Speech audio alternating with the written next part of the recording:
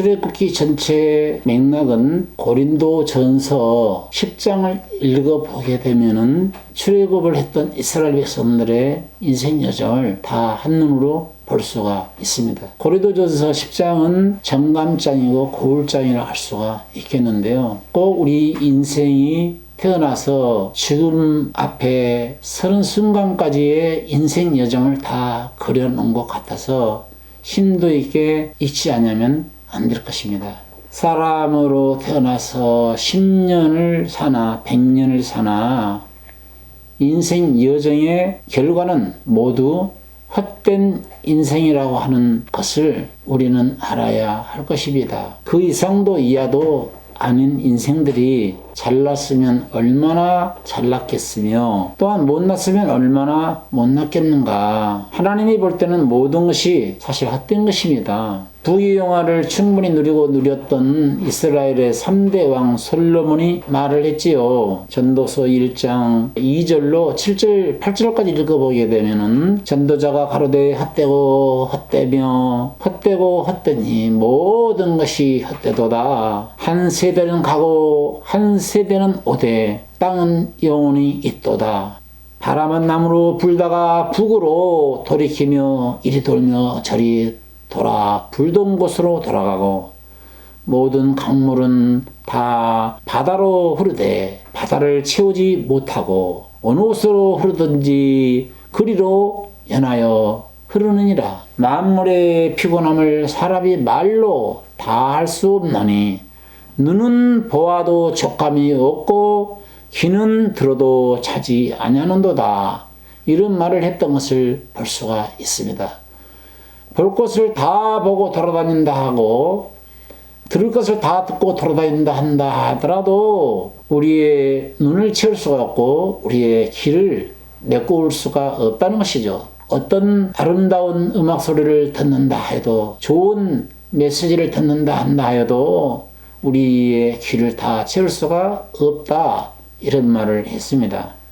하지만 그럴지라도 인생의 여정길을 가는 동안에 하나님의 인도를 받고 하나님의 정하신 삶을 살다가 하나님이 예비하신 곳으로 도달하게 된다면 천만 다행이겠지만 이스라엘 백성들처럼 길을 가다가 도착지에 도착하지 못하고 죽어버린다면 그거야말로 얼마나 인생이 허무한 인생이라고 말할 수가 있겠는지요. 이스라엘 백성들이 애굽에서 나와 젖과 꿀이 흐르는 가나안 복지로 들어가기도 전에 광야에서 다 죽어버린 사람들이 아주 많습니다. 꼭 우리네 인생 같아서 슬피기도 합니다. 오늘은 이스라엘 백성들의 여정을 보면서 인생 여정을 생각하는 시간을 가져보려고 합니다. 애굽에 요셉이 먼저 들어갔지요. 애굽의 총리 대신으로 있으면서 73명의 자기 아버님을 비롯해서 형제들을 살려내는 일을 했어요. 그리고 430년이 지났는데 요셉이 죽고 난 연후에 430년 동안 요셉을 모르는 다른 왕이 나타나서 이스라엘 백성들을 노예로 부려먹기 시작하는데 얼마나 고달프게 부려먹었으면 저들이 기도가 하나님께 상달이 될 정도로 괴로움과 고달픔 속에서 노예 생활을 했던 것이죠. 그래서 하나님께서 그 이스라엘 선민, 선택된 이스라엘 민족을 건지시기 위해서 모세를 애굽 땅에 보내어 이스라엘 백성들을 끌어내는 장면이 바로 출애굽기예요. 그래서 우리는 이스라엘 나라 백성들이 애굽에서 나와 광야길을 거쳐서 젖과 꿀이 흐르는 가나안 복지까지 가는 여정 속에서 우리가 깨달아야 할 부분들이 있기 때문에 오늘 말씀을 드리려고 합니다. 이스라엘 백성들이 어디서 살았다고요? 애굽에서 살았어요. 애굽은 오늘날 무엇으로 이야기할 수가 있겠는지요? 애굽은 세상을 상징하는 거예요. 세상에 속해 있었잖아요. 애굽은 세상을 상징하는 거고 애굽을 세상으로 봤다면 애굽의 바로 왕은 마귀입니다. 애굽의 바로는 마귀를 애굽은 세상을 상징하는 것이고 애굽의 바로는 마귀를 상징하는 것이고 그런데 애굽에서 이스라엘 백성들을 끌어내기 위해서는 모세가 10가지 재앙을 베풀 수밖에 없었고요. 그래야 나주니까 그래서 10가지 재앙 중에서 10번째 재앙 때 장자 재앙으로 인해서 애굽 사람들이 다 장자가 다 죽었고 애굽의 바로 왕의 장자도 죽었어요. 그런데 하나님이 이스라엘 백성들에게 가르쳐 주시기를 6월절 날 좌우 문설주에 피를 바르면 죽음의 사자가 어둠의 그림자가 넘어가게 될 것이다 라고 모세를 통해서 알려줘가지고 이스라엘 백성들이 6월절 날 좌우 문설주에 피를 발라요. 그 피는 누구를 상징하죠? 예수님이 언제 죽으셨어요? 정월 14일 날 죽으셨잖아요. 정월 14일에 6월절 아닙니까? 그러니까 6월절에 피를 발랐다고 하는 것은 무엇을 상징해? 예수님의 보혈을 상징하는 것이죠. 그러니까 보혈 피를 바르고 저들이 나왔다 이거예요. 그리고 애굽에서 나오는 데 있어서 홍해가 앞에 있었는데 홍해를 건너야 되겠다 이 말이에요. 홍해는 뭘 상징하죠? 애굽에서 빠져나왔는데 첫 번째 걸림돌이 있어요. 홍해 바다를 건너야 된다. 홍해 바다를 건너서 광야로 나오는데 홍해 바다 딱 있네. 홍해는 뭘 상징해요?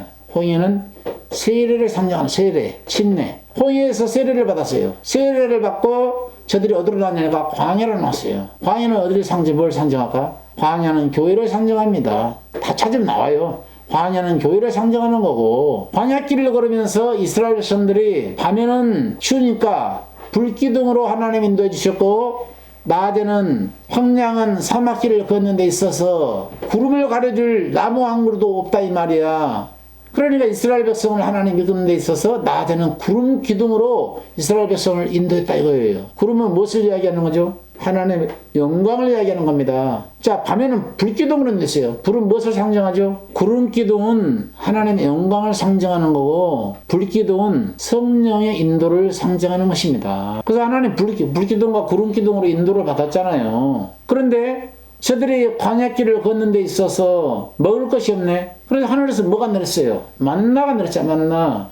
만나 무엇을 이야기하죠? 하늘에서 오신 생명의 떡이신 그리스도를 이야기하고 있는 거예요. 그 다음에 만나만 먹어도 돼? 저들이 쫙 이제 물이 먹고 싶을 거 아니야. 광야길을 걸으면서 목말라 죽을 지경이라. 그러니까 반석에서 반석을 지팡이로 두들기니까 물이 쏟아졌는데 반석은 누구를 상징하죠? 예수 그리스도를 상징하는 거고 반석을 치니까 물이 나왔어. 물은 뭘 상징하죠? 반석을 두들기니까 구하라. 성령의 인도, 불로 태움받아라. 불은 뭐냐면 불로 우리의 심령을 태우고 우리의 죄악을 태우고 우리의 인간의 모습들을 다 태우고 따뜻하게 보호를 하고 돌봐주시는 보호의 역사, 돌봐주심의 역사. 그래서 모든 것이 다 예수 그리스도로 맞춰지는 거예요. 조목조목 나눠보면 또 이렇게 이야기를 할 수가 있는데 반석을 치니까 물이 나왔어요. 물을 먹고 이스라엘 백성들이 길을 걸었어요. 근데 이스라엘 백성들이 광야길을 걸으면서 저들이 원망하고 불평합니다. 시험합니다. 다 죽어요 또. 젖가꿀이 흐르는 가나안 복지를 들어가는 데 있어서 반드시 통과해야 할 강이 있는데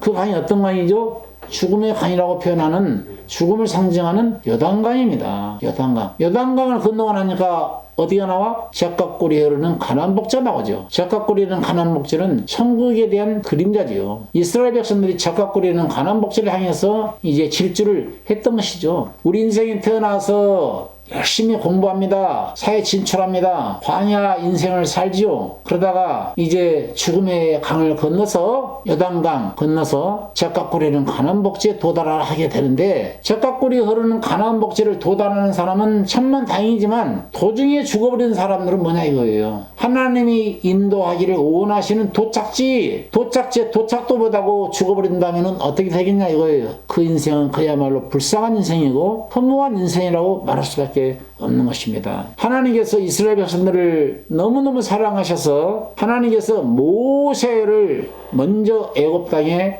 보내셔서 이스라엘 백성들을 구출하는 내용은 바로 예수 그리스도를 먼저 세상에 보내셔서 오늘날 주님을 믿고 따르는 백성들을 구출하는 내용에 대한 그림자입니다. 예수 그리스도께서 애국 같은 세상에 먼저 보내심을 받고 선택된 백성을 구원하신다라고 하는 것을 그림자로 보여주는 장면인데 그래서 사도행전에는 모세가 말하기를 자신과 같은 선지자를 이 땅에 보내실 것인데 모세가 벌써 예수 그리스도를 본 거예요.